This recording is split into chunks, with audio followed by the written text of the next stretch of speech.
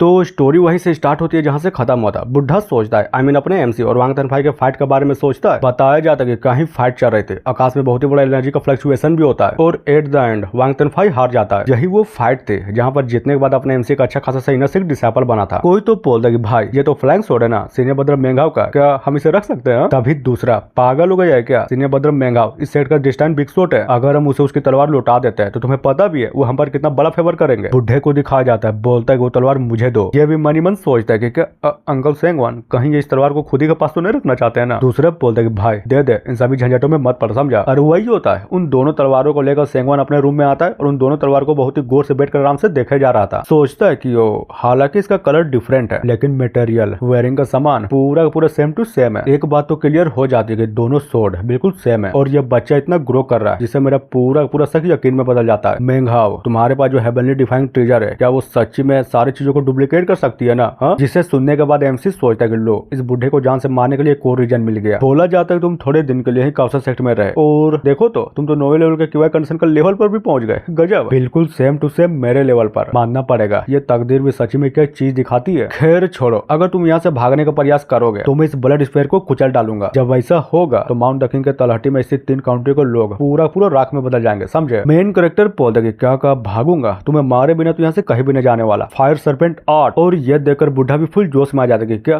Fire serpent 8, तुम तो सच्ची में काप्सन सेट के अच्छे डिसाइपल निकले। पर तुम्हें पता है कि पेट्रियाज का आने से पहले काप्सन सेट का नाम क्या था? उसका नाम था डीमन सीलिंग सेट, समझे? डीमन सीलिंग सेट ने दुनिया के सभी महान डीमनों की तलाश की। हम उनकी सीलें तोड़ने लगे, उनकी आत्माएं मुक्त करने लगे, यहाँ तक कि उनकी शक्ति उधार लेते रहे और हाँ, स्वर्ग की ओर कदम बढ़ाने लगे। यह बात तुम्हें समझ में तो नहीं आई होगी पर कोई बात नहीं, तुम्हारा ये अटैक मुझ पर कोई काम नहीं करने वाला। और ये बोलकर खुद ही अटैक करता है, बल्कि ये बोले कुछ एनर्जी से बने सर्पेंट को पूरा पूरा जकड़ लेता है। और सिर्फ उसे ही थोड़ी ना जकड़ा था, अपने एमसी को भी जकड़ लेता है, जिसका चक्कर में इसके मुंह से खून आने लगती है। बुढ़ा बोलता है कि मैंने काफी सेट में दशकों तक व्यर्थ नहीं बिताया, समझे? मैंने वो सब कुछ सीखा जो मुझे सीखने की जरूरत थी, जहाँ तक कि वो सब कुछ ले लिया जो मुझे लेने की आवश्यकता थी। तुम क्यूआई कंडीशन के 9वें लेवल पर पहुंच गए तो क्या लगता है तुम मुझसे फाइट कर लोगे? अगर मैं चाहता ना तो फाउंडेशन एस्टेब्लिशमेंट में 50 साल पहले ही मैं ब्रेक थ्रू कर जाता। एमसी सोचता कि घंटा इतना तो मुझे पता है कि इस हमले को करने के बाद उसका लाइफ स्पेन में फर्क तो जरूर पड़ा होगा। उसे डर है इन झंझटों के चक्कर में ग्रेट सेक्ट वाले यहाँ ना जाए, इसीलिए तो इतना खतरनाक हमला कर रहा था कि ये फाइट वो जल्दी खत्म कर सके। और इतना सोचने के बाद अपने हाथों से इशारा करता है, जिससे होता ये कि वो कटी हुई जो मुंडी थी ना जो अपना एमसी लाया था उसका मुंह खुल जाता है। दिखाया जाता है कि मुंह के अंदर कुछ और नहीं बल्कि एक बिच्छू था, अचानक से उड़ता है और सेंगवान के हाथों में चला जाता है, जिसको देखकर वो भी एक पल के लिए चौंक गया था। अरे ये बोले डंक भी मार देता है। हालांकि अपना जो सेंगवान था अपने हाथों को झटकाते उस बिच्छू को हटा देता है। बोलता है कि